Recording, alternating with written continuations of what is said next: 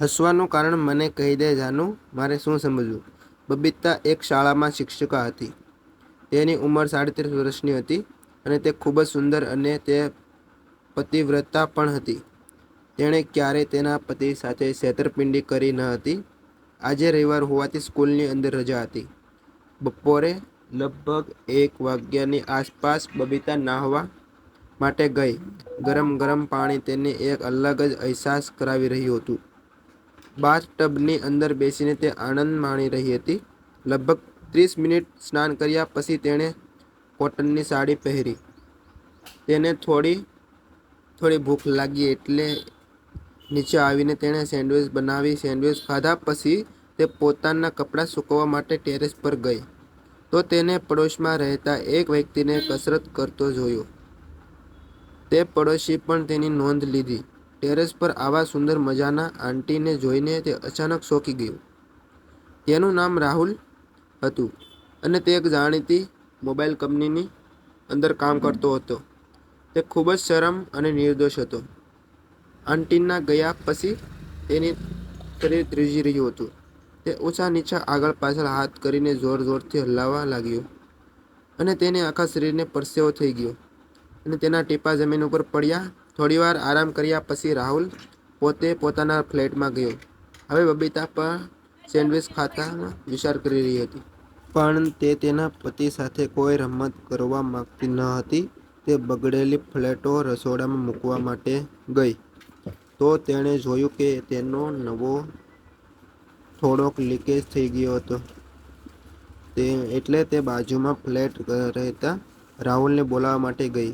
રાહુલ એક રમત રમી રહ્યો હતો. બબીતાએ તેને દરવાજો ખખડાવ્યો તો રાહુલ અચાનક ચોંકી ગયો. તેણે દરવાજો ખોલ્યો પણ બબીતાને ખબર હતી કે રાહુલ શું કરી રહ્યો છે.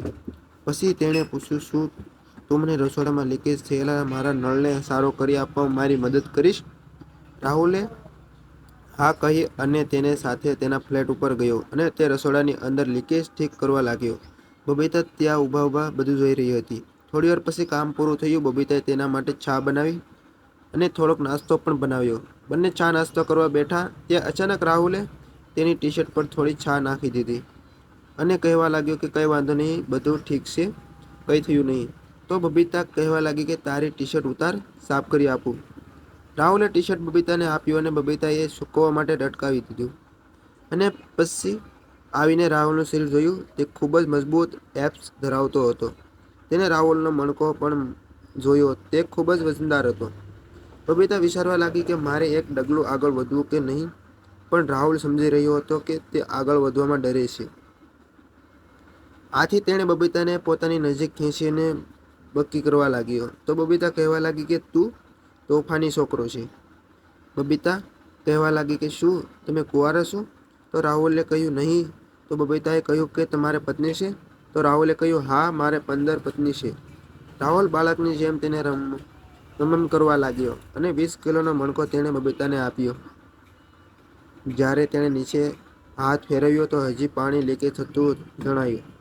હવે રાહુલ પોતાના અલગ અંદાજમાં જ આવી ગયો હતો અને નળ ફિટિંગ કરવાના પાના વડે તે રિપેર કરવા લાગ્યો. રાહુલે 8 નંબરના પાનાથી રિપેર કરવાનું કામ શરૂ કર્યું.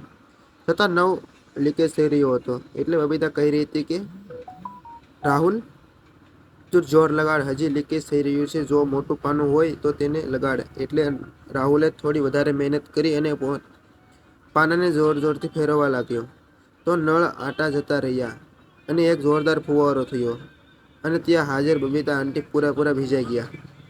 મિત્રો, વિડીયોને લાઈક અને ચેનલને સબસ્ક્રાઈબ જરૂર કરજો. ફરી મળીશું એક નવા વિડીયોમાં. ત્યાં સુધી આવજો. વિડીયો જોવા બદલ તમારો ખૂબ ખૂબ ધન્યવાદ. આ વિડીયોમાં આવનારા પાત્ર અને વાર્તા કાલ્પનિક છે. કોઈ જાતિ કે ધર્મ સાથે લેવા દેવા નથી. Tata, bye bye.